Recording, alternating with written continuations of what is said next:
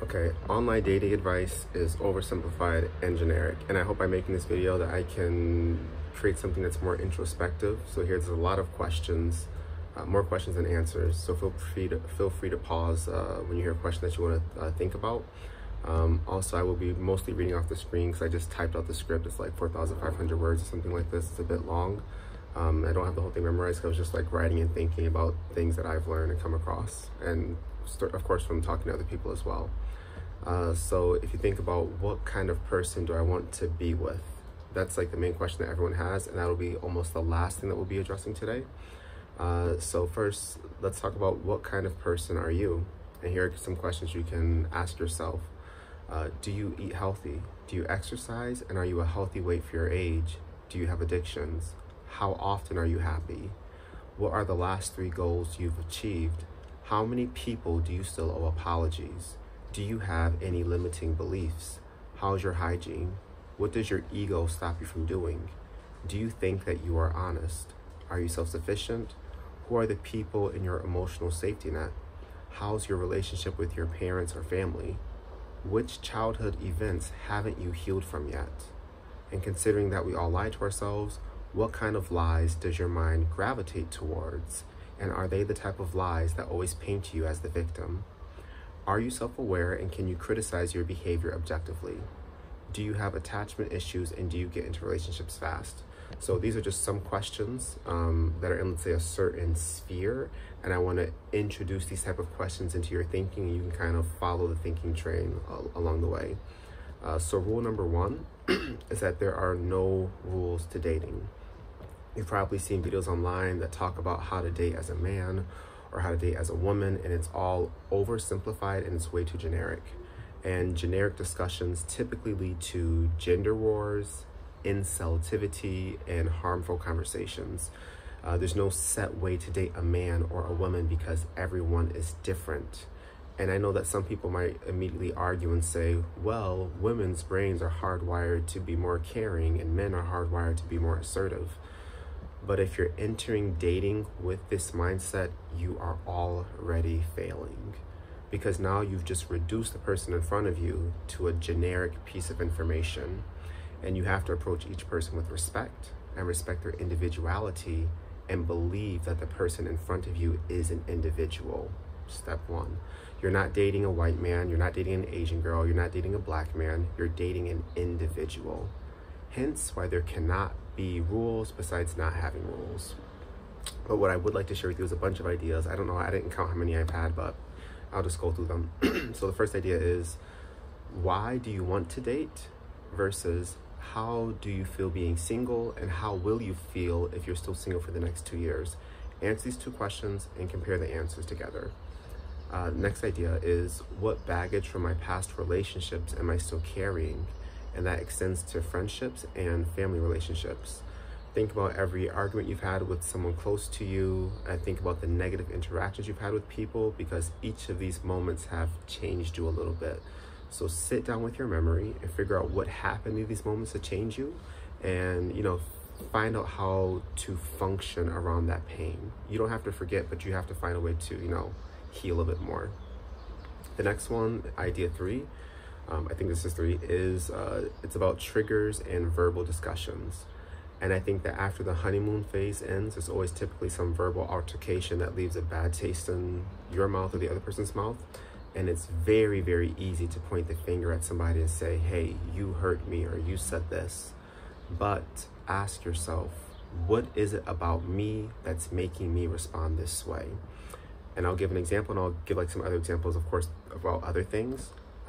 So for example, someone can say to me, your hair is ugly, which is rude, but a lot of people will say, you can allow words to hurt you, or you can choose to ignore them. And this is not a great way to think about the situation, because it doesn't actually allow for growth, and it's not a preventative measure. So the words are the trigger, the result is that you are hurt, but why? What is it about the trigger that conflicts like with my internal beliefs or insecurities? So we take the comment, let's say your hair is ugly or whatever, dig deep, and then you can find out that, oh, I have a texturist mentality, that's why I'm hurt. Or, oh, I don't actually like my own hair, that's why I'm hurt. I'm scared of going bald because I find being bald ugly. My hairline is going back and I'm ashamed of it. I feel ugly in comparison to the person who is talking and I want to be viewed as attractive. This is the reason why that comment hurt. The comment was just a trigger, but there's an underlying thing that you have to get to. And the examples that I just made are just like really surface level realizations that only take a minute to figure out if you can be honest with yourself. So whatever the reason is, work on that. And just remember that the trigger only exposes your weak spot. And so when someone says something hurtful, we typically love to put all of the work on them because it's the easiest thing to do. But these are the moments where we can work on ourselves and actually allow ourselves to grow, where we stop being triggered by certain comments because we've addressed the core issue. So if you're the type of person who gets triggered often, or you're dating a person who gets triggered often, or even if it's a friend that you have that gets triggered often, because this advice I think applies to all relationships, sit down with yourself, figure out what's hurting you. And I say this because while you're dating, your individual will hurt your feelings at some point. So when you get hurt, find out what it is about yourself that the comment or trigger has exposed. And when you see your partner is upset based on something you've said, try to understand what you could have said as a trigger to something deeper. So for example, you might say to your partner, "Hey babe, this food is a little bit too salty," which seems like nothing and it could be factual. But perhaps they have an insecurity around their cooking and they're scared that they won't be a good cook for their children in the future because their mom wasn't a great cook to them.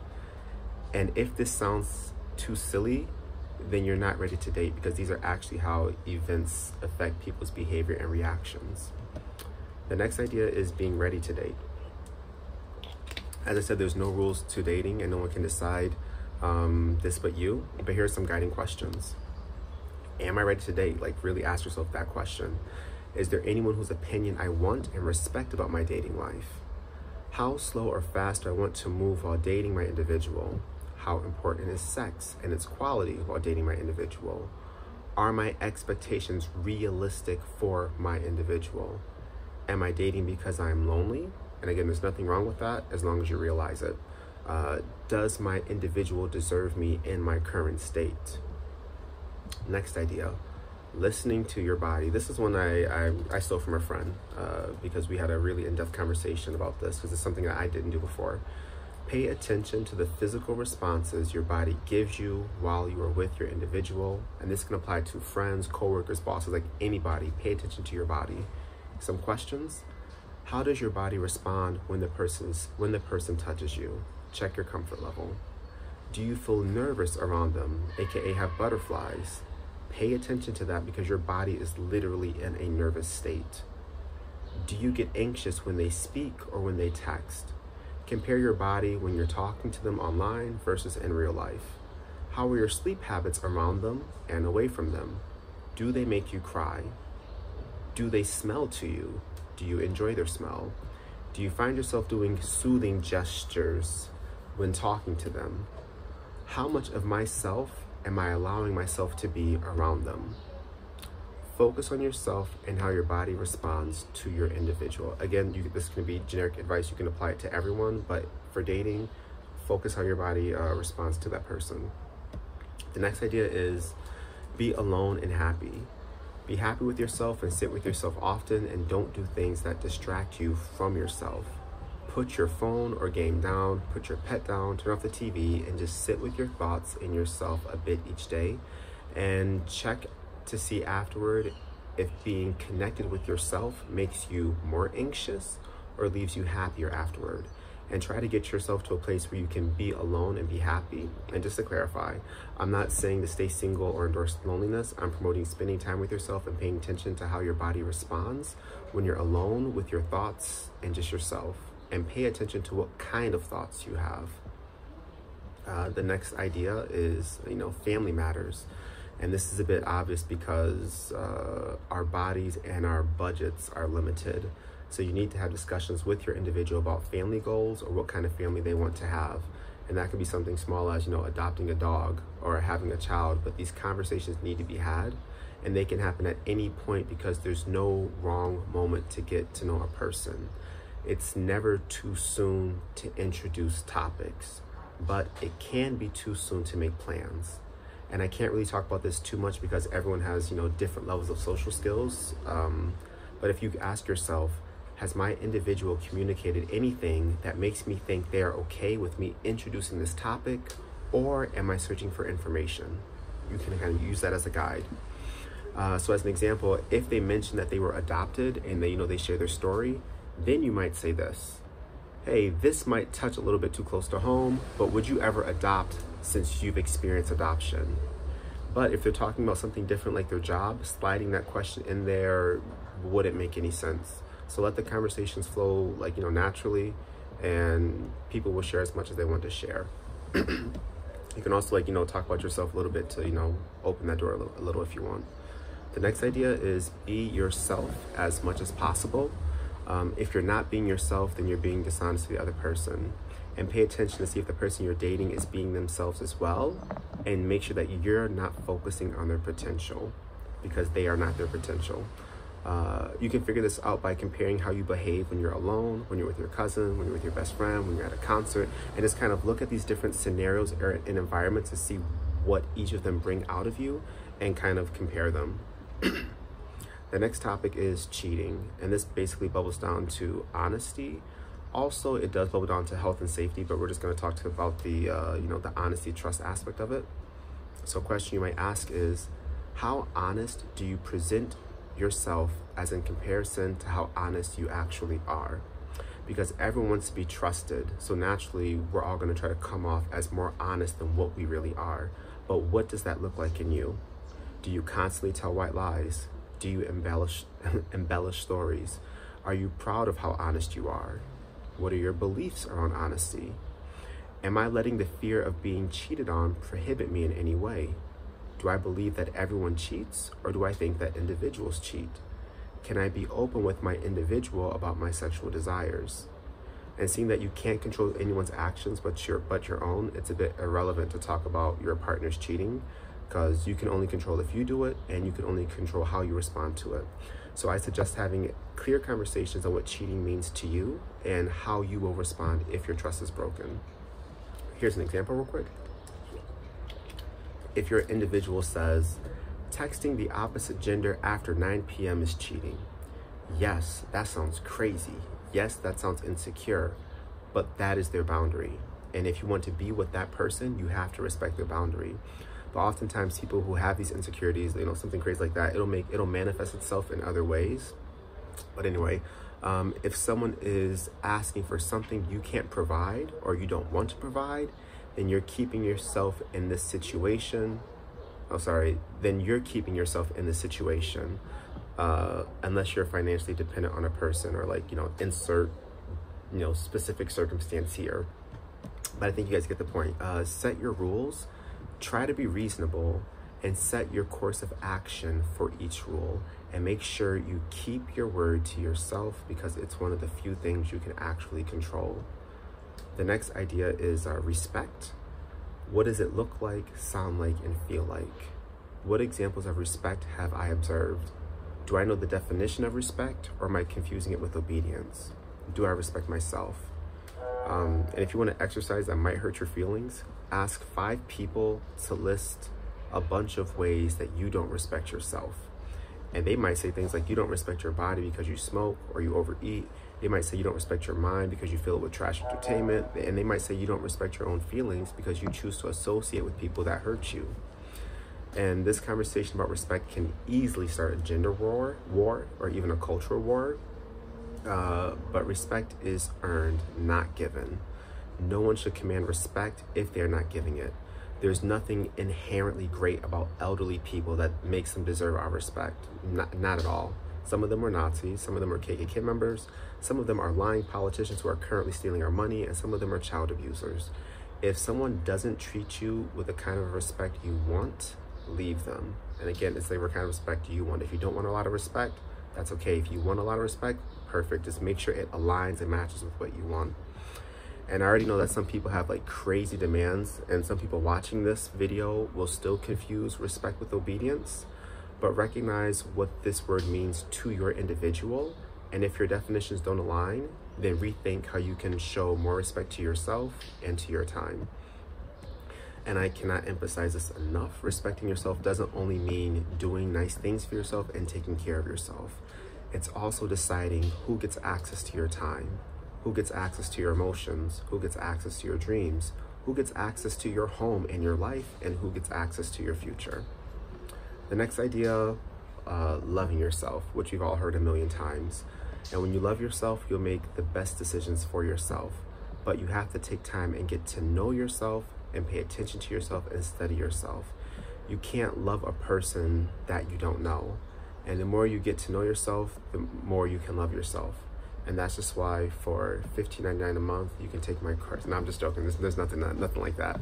I just had to throw a joke in there because these videos normally have some type of sponsorship or something like that. So I would recommend taking 10 minutes to an hour each day and practice being with yourself. Or first find out how much time you are actively spending with yourself daily, where there is nothing distracting you from engaging with your thoughts, and pay attention to how each thought flows to the next. Pay attention to how your body responds, how you feel, and are most of your thoughts hypothetical and anxious, or are they critical, or are they reflective? Just really be with yourself to know what kind of person you are. And looking at your thoughts is a great way to, and your body's reaction is a great way to figure that out. So yeah, see what kind of person you are by spending time by yourself. And understand that dating is you getting to experience another individual and that person getting to experience you.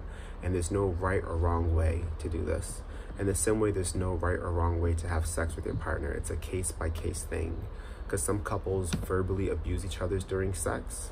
Some couples scream and yell when they get angry. Some couples enforce strict gender roles. And what other people do doesn't matter as long as you're doing what you want to do. So what an Andrew Tate or Kevin Samuel says is irrelevant because they speak in generic terms and they reduce you as a viewer into a simple-minded person who can't think for themselves. And really, since it's your dating life, it should be about you. That's why I'm asking so many questions, because only you can answer these.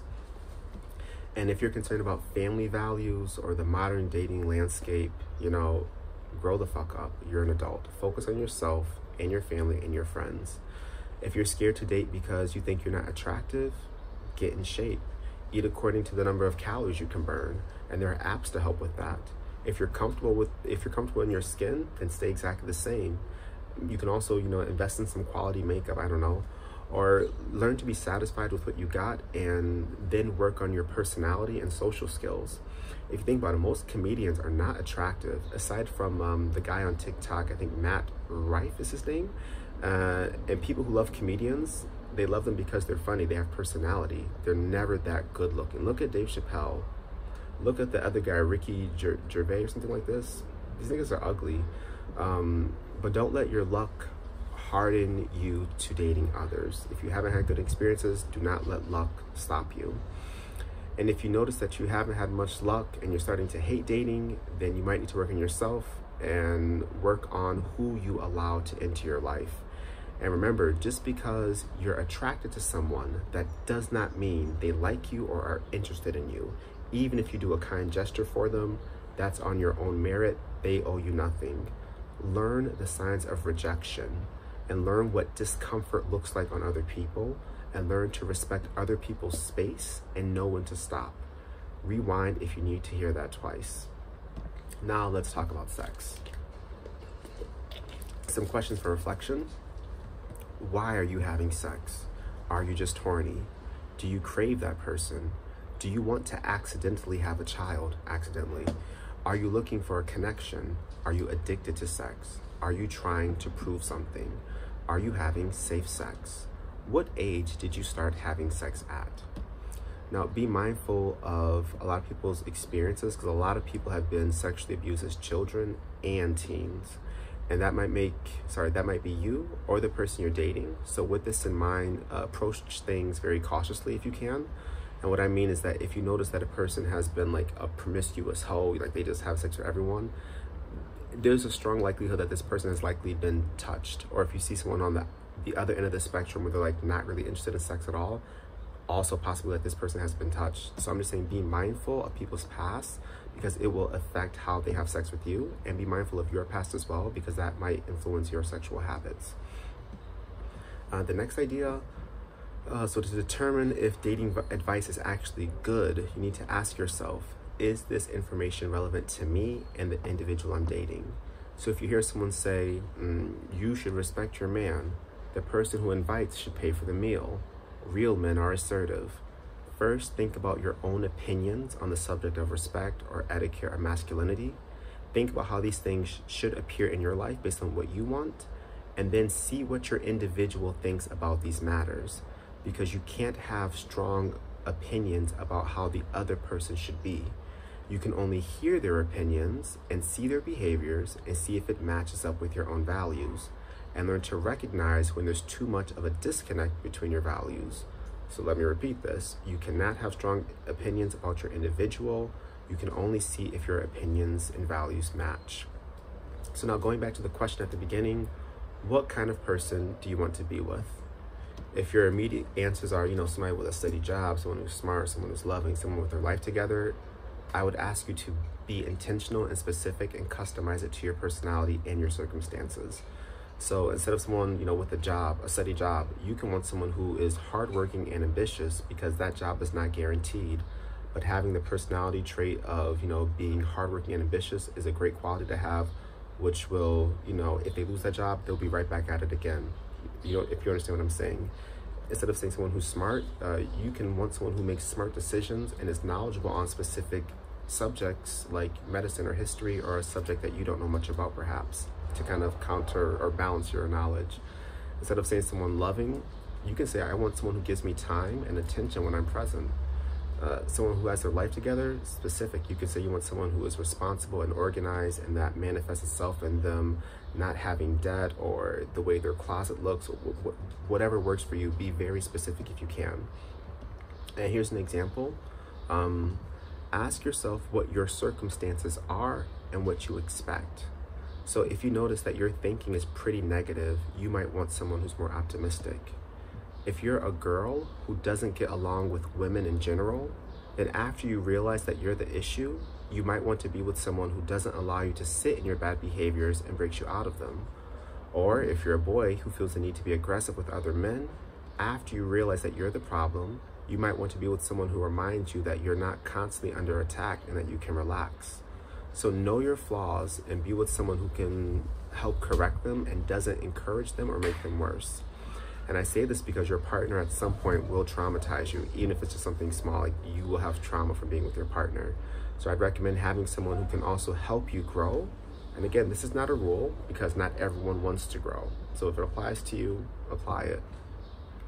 But if you have a person that can tell you your mistakes, not judge you, and still love you, that's the type of person you can work with, especially if they're capable of doing this to themselves. And that's kind of the point of this whole video, to turn you into the type of person that can regulate your own thoughts or actions. And I think everything I've said here can apply to all genders, sexual orientations, and cultures. I don't think this advice can offend anyone. And dating is really simple once you work on yourself. But I find the discourse online doesn't hold us accountable enough for our own actions and focuses too much on the other person. And it's constant discourse where everyone is like pointing the finger.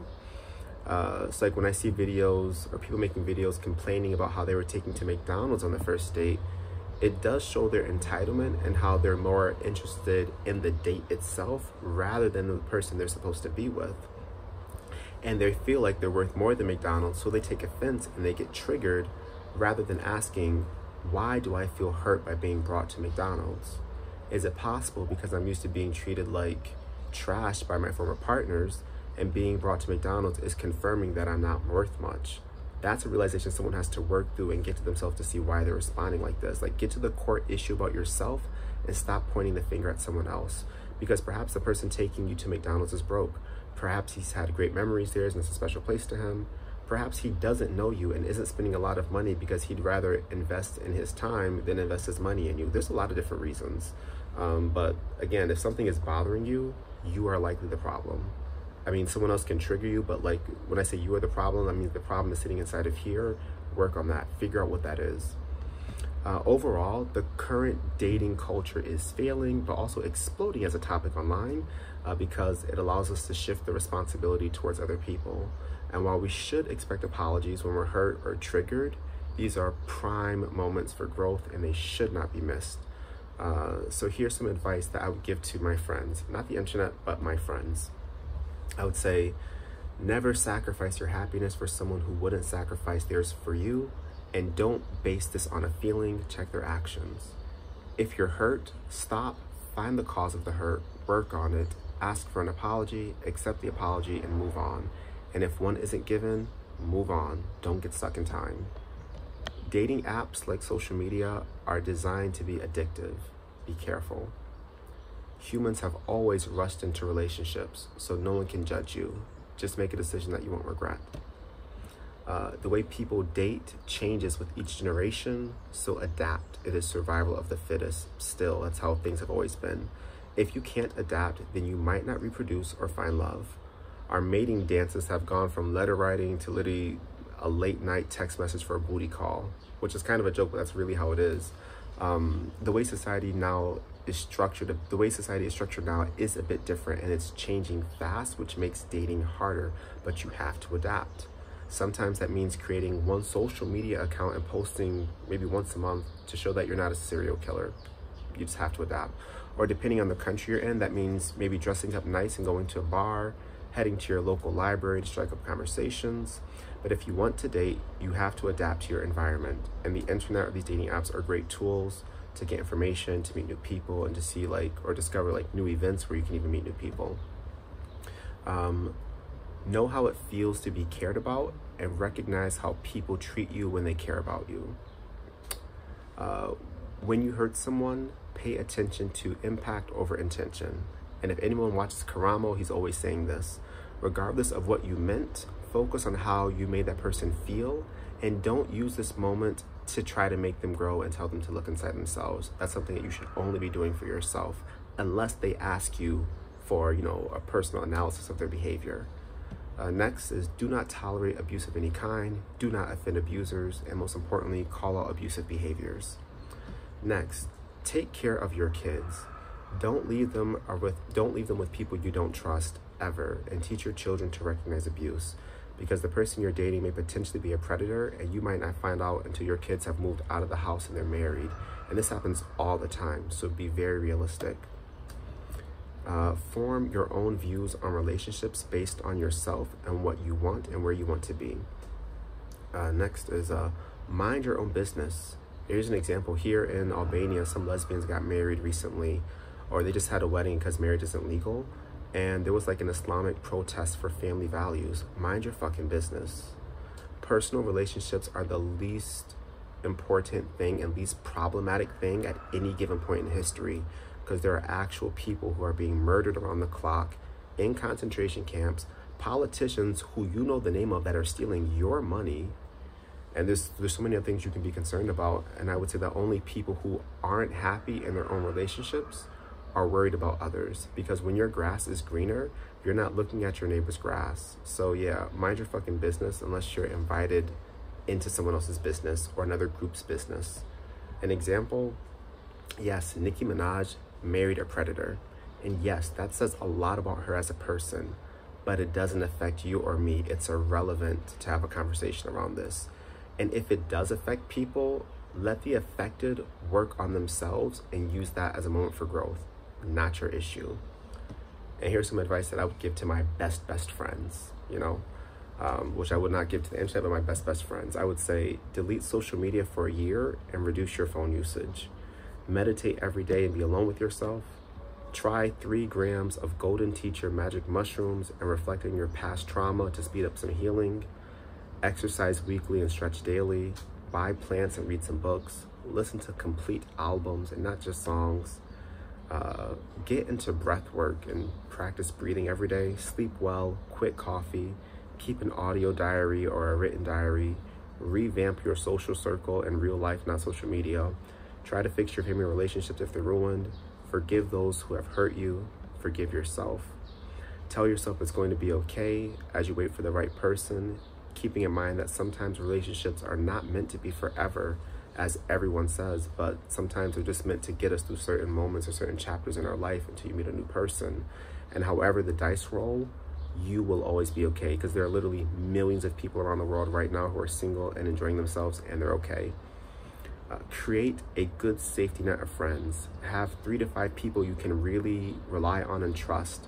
I mean, the type of people you would trust to babysit your kids, hold your money, cook your food, and plan your vacation. Have real friends. So with that, I guess I wish everyone luck on their dating journey. Wish you guys more accountability, a whole lot of introspection, because most of the times when things go wrong, it's our own fault. Either we don't listen, we ignore signs, we superficially change our values, we don't express what we're actually thinking, we don't remove ourselves when our bodies say, hey, I'm uncomfortable, and the list goes on. Okay, so it's been over 30 minutes. I'm gonna stop talking now, but yeah, dating advice online is oversimplified, and I hope this video makes everyone, look deeper inside themselves to figure out how to date and stop. This is the only video I think you will ever need to watch. So yeah, peace.